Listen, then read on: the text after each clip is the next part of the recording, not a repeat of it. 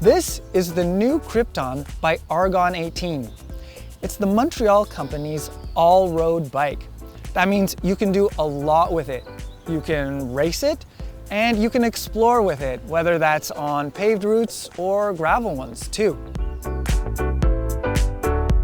The first Krypton debuted for 2018. Since then, it's become one of the company's most popular bikes. For 2023, Argon 18 has made some changes. Some of them are quite noticeable, while others are pretty subtle. One of the more noticeable changes is the addition of a storage compartment. Now, these storage compartments are kind of complicated features. You can't just cut a hole in a tube.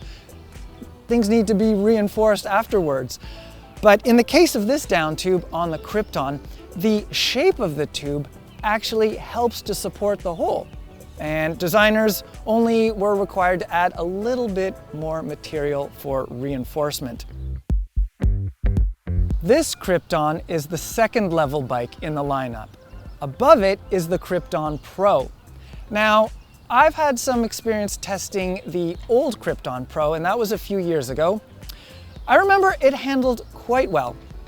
The folks at Argon 18 tell me that of the old models, there was a difference in the handling characteristics between the top and second tier models. Argon 18 wanted to change that. They wanted all the bikes in the Krypton lineup to handle perfectly. Now with this Krypton, which is number 2 in the lineup, I find the handling really good. It may even be better than the old Krypton Pro. It's responsive, it's reactive, and it's a lot of fun. At the back of the bike, the chainstays are shorter than before, but this Krypton has more tire clearance than the previous model. If you've got a 1x setup, you can go as wide as 40 millimeters. That's gravel bike territory. On this bike, there are Vittoria Rubino Pro tires, and they're a 30C width. Because it's running a SRAM Rival Axis group set with 2 chain rings, that's a 48 and a 35. Because it has this setup, there is still clearance to go higher, about 38C. If you're familiar with Argon 18 bikes, you'll notice a difference here on the front fork compared with other rigs. On the previous Krypton and on the gravel bikes, the front fork has a bend in it, a very noticeable, distinct shaping to the fork blades. This one has straight fork blades. What's actually going on here is some big changes at the front. Argon has actually been able to add 15% more compliance in the fork.